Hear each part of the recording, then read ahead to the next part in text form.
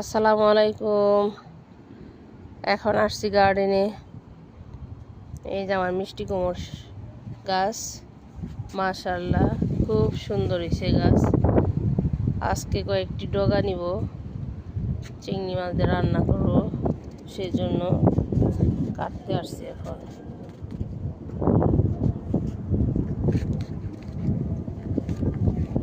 ডগাগুলি মাশাআল্লাহ খুব সুন্দর হয়েছে।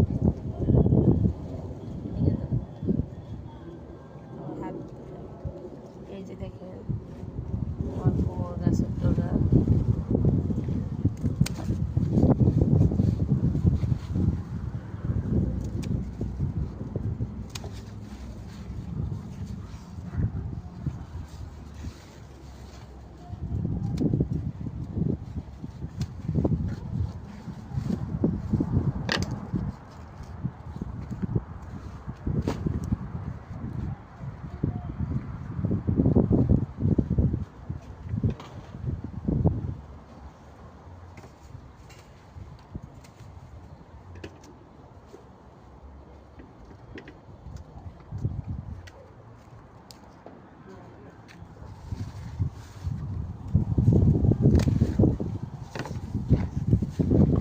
যাই হোক, এই ডগাগুলো আজকে নিলাম, চিংড়ি মাছ দিয়ে রান্না করব।